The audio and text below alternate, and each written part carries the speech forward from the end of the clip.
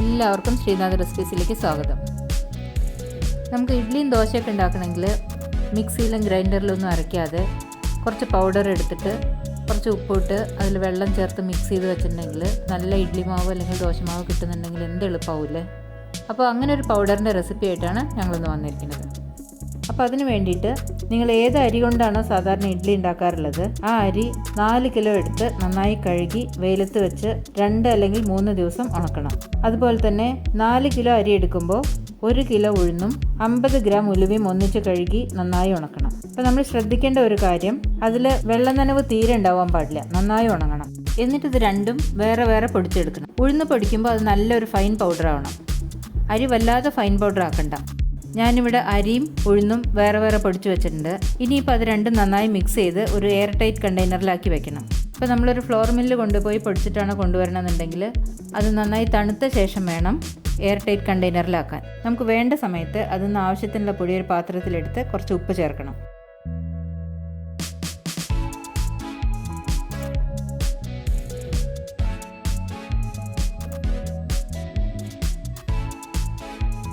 എന്നിട്ട് ആവശ്യത്തിന് വെള്ളം ഒഴിച്ച് അതിൽ കട്ടകളില്ലാത്ത വിധത്തിൽ നന്നായി മിക്സ് ചെയ്ത് ഒരു ഇഡ്ഡലി ബാറ്ററിൻ്റെ കൺസിസ്റ്റൻസിയിലേക്ക് കൊണ്ടുവരണം. അത് ഇളക്കുമ്പോൾ നമ്മൾ കൈ വെച്ചിട്ട് തന്നെ ഇളക്കാൻ ശ്രദ്ധിക്കണം. ഒരു 5 മിനിറ്റെങ്കിലും കൈ കൊണ്ട് നന്നായി ഇളക്കണം.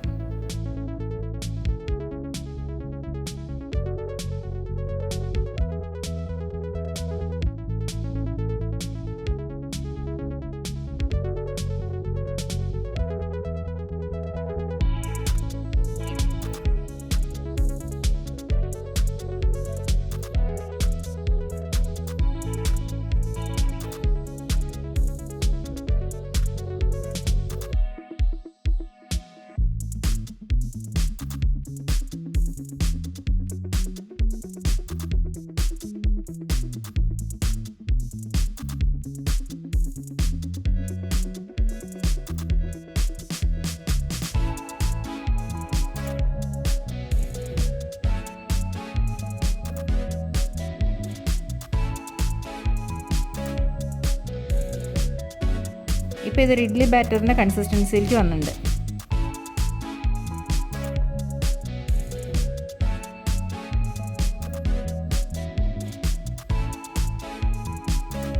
ഇനി നമുക്കിത് ഒരു 10 അല്ലെങ്കിൽ 12 മണിക്കൂർ അടച്ചു വയ്ക്കാം.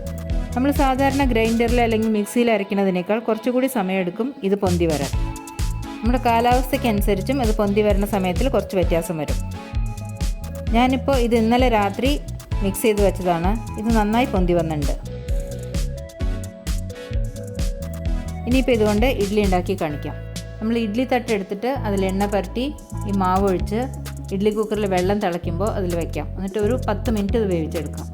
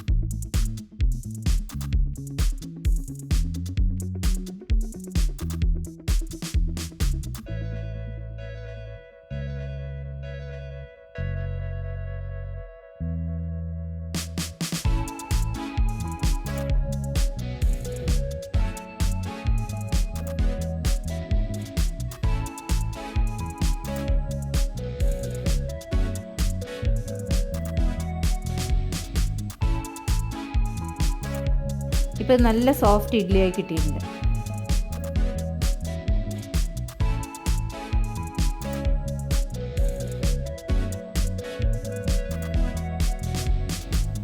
ഇനിയിപ്പോൾ ഇതേ മാവ് നമുക്ക് ദോശ ഉണ്ടാക്കാനാണെങ്കിൽ അതിൽ കുറച്ചും കൂടി വെള്ളം ചേർത്ത് ദോശമാവിൻ്റെ കൺസിസ്റ്റൻസിയിലേക്ക് ആക്കിയാൽ മതി. ഇപ്പോൾ ഒരു ദോശ പാൻ മീഡിയം ഫ്ലെയിമിൽ ചൂടാക്കി അതിൽ കുറച്ച് എണ്ണ പുരട്ടി ഒരു കയ്യിൽ മാവ് ഒഴിച്ച് പരത്തി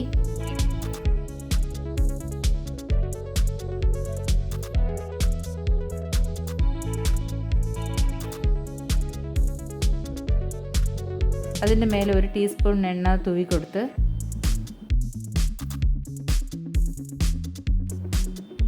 അതൊന്ന് നിറം മാറി വരുമ്പോൾ അതിനെ തിരിച്ചിട്ട്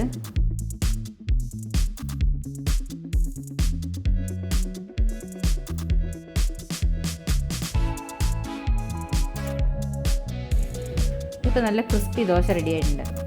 ഇത് ചെയ്ത് നോക്കി നിങ്ങളുടെ അഭിപ്രായം ഞങ്ങളെ അറിയിക്കാൻ മറക്കരുത്. വേറൊരു ഈസി റെസിപ്പി ആയിട്ട് നമുക്ക് വീണ്ടും കാണാം.